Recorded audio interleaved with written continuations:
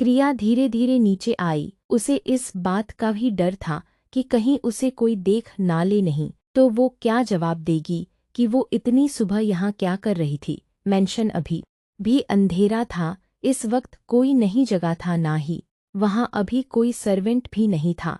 क्रिया जल्दी से बाहर निकल गई। अभी हल्का हल्का उजाला हो रहा था, पर पूरी तरह से नहीं। विहान वहीं खड़ा उसे जाते हुए देखता रहा। वह बालकनी में आ गया, कॉफी का एक और सिप लिया, नीचे देखा। क्रिया मेंशन से बाहर जा रही थी। उसकी चाल ही बता रही थी कि वह कितनी डरी हुई है। यह देख विहान के चेहरे पर एक रहस्यमयी मुस्कान फैल गई। विहान को क्रिया से सिर्फ कॉफी ही चाहिए थी या कुछ और। चौथे फ्लोर पर ऐसा क्या है जिसे लेकर इतना सन्नाटा है? क्या क्रिया सच में अपनी माँ को यहाँ से निकाल पाएगी? विहान ने कॉफी के बहाने असल में क्या परखने की कोशिश की? आखिर क्या चल रहा है विहान के दिमाग में, और क्यों विहान ने क्रिया की पूरी इन्फॉर्मेशन मांगी है ईशान से? आखिर क्या सोच रहा है विहान? जानने के लिए पढ़ते रहिए साइको लवर, तुम सिर्फ मेरी हो। सन्नाटा और सच्चाई। क्रिया जैसे ही सर्वेंट क्वार्टर पहुंची, उसने जल्दी से अपने कमरे का दरवाजा खोला और अंदर घुसते ही जोर से बंद कर लिया। वह दरवाजे से टिककर खड़ी हो गई। उसकी सांसें बहुत तेज चल रही थीं, सीना ऊपर नीचे हो रहा था और दिल इतनी जोर से धड़क रहा था कि उसे लगा कहीं बाहर ही न आ जाए। क्रिया ने खुद से कहा, शांत हो जाओ क्रिया, शांत हो जाओ। पर उसके दिमाग में वही पल घूम रहा था। विहान का उसके इतने करीब आना, उसकी ठंडी आवाज, उसकी आँखें। आखिर ये था क्या? उसने खुद से सवाल किया। मेरा दिल अचानक ऐसे क्यों धड़कने लगा? थोड़ी देर बाद उसने खुद को समझाया, नहीं, ये सिर्फ डर की वजह से था। हाँ, सिर्फ डर। लेकिन उसका दिल उसकी बात मानने को तैयार नहीं था। उस दिन विहान जल्दी ऑफिस चला गया।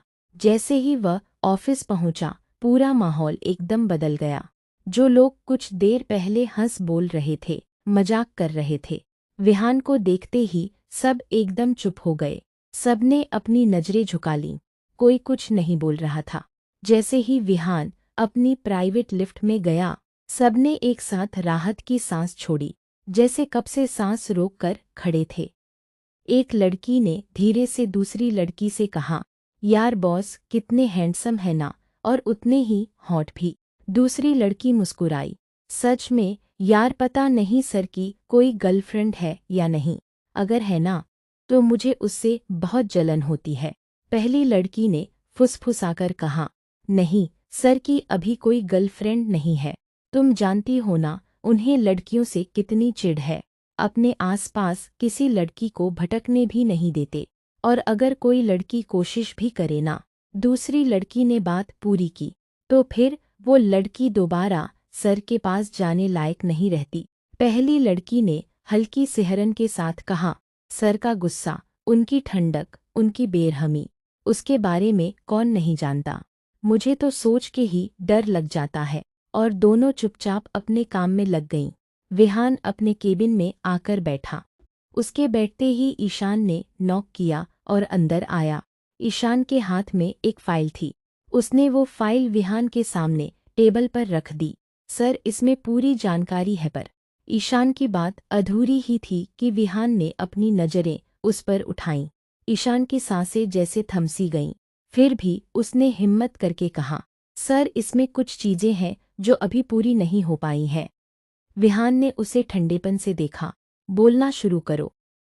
ईशान ने बोलना शुरू किया। विहान ने फाइल खोली। सबसे ऊपर क्रिया की फोटो लगी थी। मिस क्रिया, उम्र 19 साल, एक नॉर्मल लड़की है सर। अपने चेहरे के दाग धब्बों की वजह से ये हमेशा मास्क पहनती है। ईशान बोलता जा रहा था। उन्हें लगता है कि वो सुंदर नहीं है, इसी वजह से ये बहुत कॉन्फिडेंट नहीं रहती। इनके चेहरे पर पहले ये दाग धब्बे नहीं थे, पर बढ़ती एज में ऐसा होने लगा। इनका चेहरा आसानी से ठीक हो सकता है, पर इनको एक अच्छे ट्रीटमेंट की ज़रूरत है, पर उसमें पैसे बहुत लगेंगे, इसलिए वो अपना चेहरा ठीक नहीं कर पाई। क्योंकि घर में सिर्फ सुमन जी ही अभी कमाती थी और इन्हीं में उनका पूरा घर चलता था। मिस क्रिया की स्कूल की फीस, घर के खर्चे और सुमन जी की दवाइयों, सब इसलिए मिस क्रिया ने अपना चेहरा ठीक नहीं करा पाई। इनकी कोई खास फ्रेंडशिप नहीं है। विहान चुपचाप पन्ने पलटता रहा। स्कूल टाइम में भी लोग इनका मजाक उड़ाते थे, इसीलिए इन्होंने कभी किसी से दोस्ती नहीं की। लेकिन मिस क्रिया एक ब्रिलियंट स्टूडेंट है। 12वीं में टॉप किया है इन्होंने। ईशान ने थोड़ा रुककर आगे कहा, सर, मिस क्रिया सुमन जी की रियल बेटी नहीं है। विहान के हाथ एक पल को रुक गए। जब क्रिया मैम 8 साल की थीं, तब से वो सुमन जी के साथ हैं। सुमन जी उन्हें अपनी सगी बेटी मानती है और क्रिया भी उन्हें अपनी माँ। इससे पहले मिस क्रिया एक अनाथ आश्रम में रहती थीं। वो सुमन जी के पास कैसे आईं और इनके असली माता पिता कौन है, ये अभी तक पता नहीं चला है। लेकिन जल्द ही ये भी पता चल जाएगा सर, ईशान ने आगे कहा। मिस क्रिया अभी आपके ही कॉलेज में पढ़ रही हैं, एक स्कॉलरशिप स्टूडेंट हैं। ईशान जैसे ही उस अनाथ आश्रम का नाम लेने लगा, विहान की नज़र उसी नाम पर जा टिकी। उसकी आंखें अचानक बड़ी हो गईं। नाउ यू गो, विहान ने फाइल से नज़र हटाए बिना कहा। ईशान ने उसे देखा, कुछ नहीं बोला और बाहर चला गया। विहान ने आश्रम का नाम फिर से पढ़ा और धीमे से कहा, आखिर तुम मिल ही गई। उसकी आंखों में आज पहली बार एक अजीब सी चमक थी, जो किसी ने पहले कभी नहीं देखी थी। अब बस ये जानना है, उसने खुद से कहा, कि तुम वही हो या नहीं। पर पता नहीं क्यों मुझे लग रहा है कि तुम वही हो। दूसरी तरफ क्रिया भी तैयार होकर कॉलेज के लिए निकल गई। उसका मन बिल्कुल नहीं था जाने का, पर वो अपनी एक भी क्लास मिस नहीं करना चाहती थी। वहीं ऑफिस में विहान ने फिर से ईशान को बुलाया, मुझे कॉलेज जाना है अभी। जी सर। विहान केबिन से बाहर निकला। ड्राइवर ने कार निकाल दी।